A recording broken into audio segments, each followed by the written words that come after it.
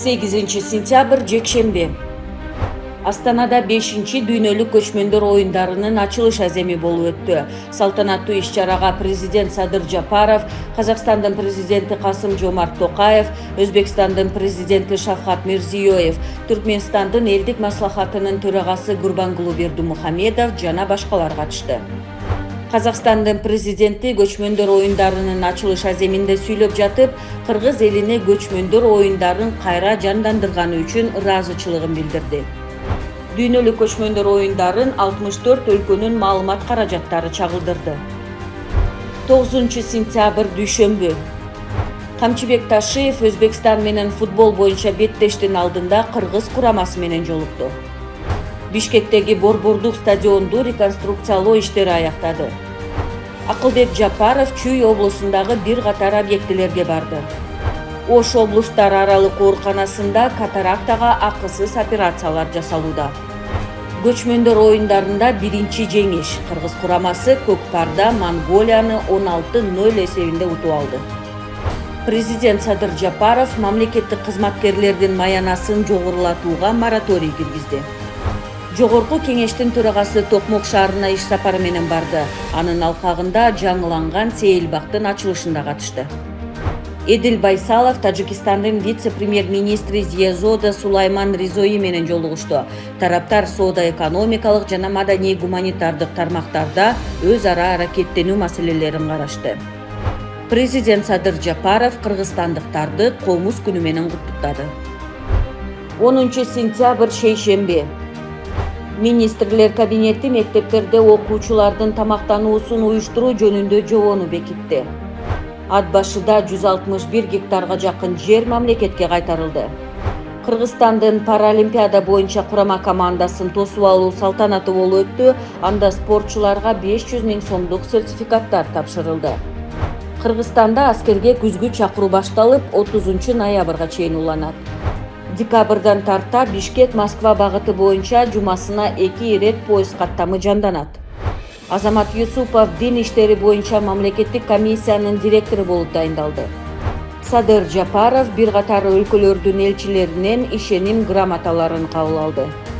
Балдардын кароосуз калтырган мигранттарга айыппул салуу сунушталууда.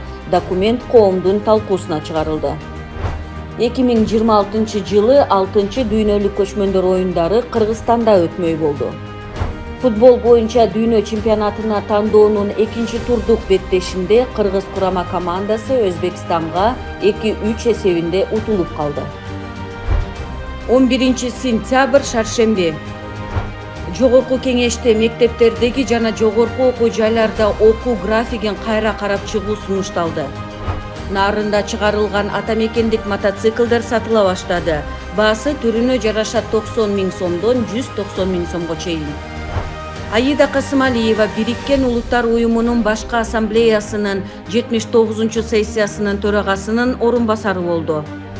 Ош шаарындагы Кыргыз-Өзбек эл аралык университетинин кызматкери студенттерден системалуу түрдө акча талап кылгандыгы үчүн кармалды. Жогорку кеңештин төрагасы Нурланбек Шакиев Өзбекстанга иш сапары менен жөнөп кетти. Садыр Жапаров өзбекстандык машыктыруучу Акмал Хасановго унаа белек кылды. Акылбек Жапаров эл аралык валюта фондунун башкаруучу директорунун орун басары Болли менен жолукту. Бишкекте мыйзамсыз объекттерди демонтаждоо иштери уланууда. Эне жана баланы коргоо борборундагы 30 жыл мурун башталган имараттын курулушу аяктап пайдаланууга берилди. Сокулукта төрөттөн 24 жаштагы келин каза болду. Саламаттык министрлиги иликтөө баштады. 12-сентябрь бейшемби. Президент Садыр Жапаров Ас-Сафа Кувейт кайрымдуулук фондунун төрагасы Мухаммед Абдурахман Аль-Шаяны кабыл алды. Ысык көлдө 6-чы Кыргызстан-Россия экономикалык форуму өттү.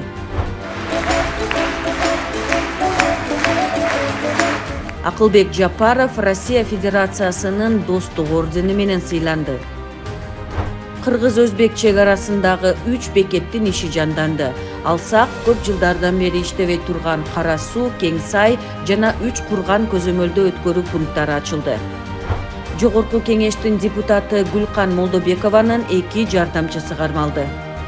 Садыр Жапаров Вьетнамдын президентине тайфундун кесепетинен адамдардын курман болгондугуна байланыштуу көңүл айтуу телеграммасын жөнөттү.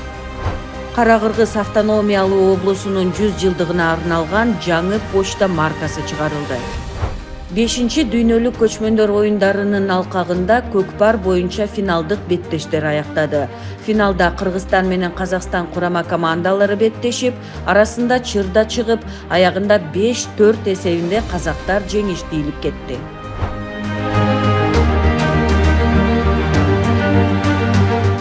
Көкбөрү оюнунда финалда кайрадан Кыргызстан менен Казакстандын көкбөрүчүлөрү жолугушуп, 10-4 эсебинде Кыргызстан жеңишке жетти. Эске салсак, Кыргызстандын көкбөрүчүлөрү дүйнөлүк көчмөндөр оюндарынын чемпиондук титулун башка өлкөгө бербей келишүүдө.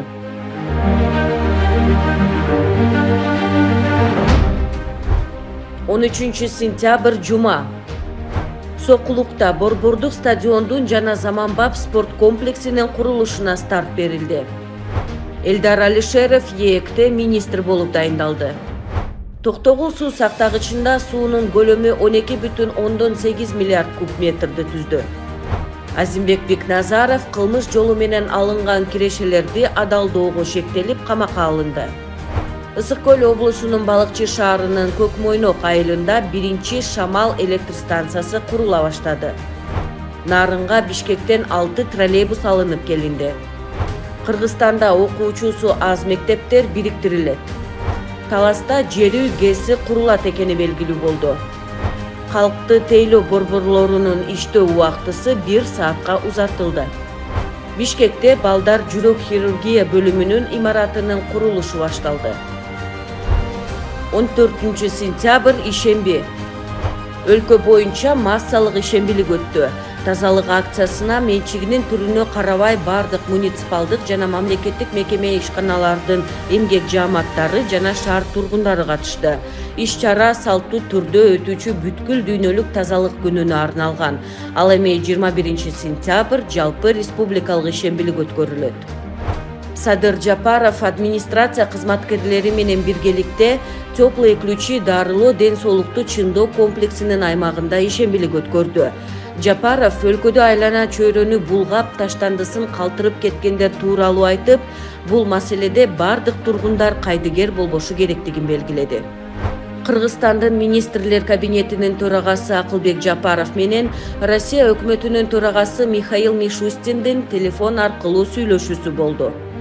Мурдагы вице-премьер-министр Дүйшүнбек Зилалиев менен геология жана жер казынасынын пайдалануу мамлекеттик агенттигинин мурдагы директору Мелис Сатыбеков кармалганы кабарланды.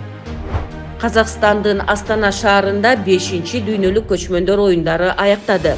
Кыргызстандын улуттук курама командасы 65 медаль капчыгына салды.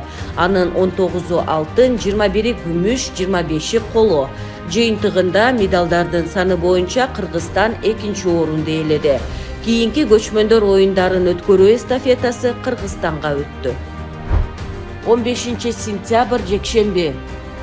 Валентина Шевченко UFC уюмунун чемпиондук курун кайтарып алды. Ал учурдагы чемпион мексикалык Алекса Грасса менен беттешти. 5 раунддун жыйынтыгында калыстар бир добуштан жеңишти Шевченкага берип, Валентина чемпиондук наамга ээ болду.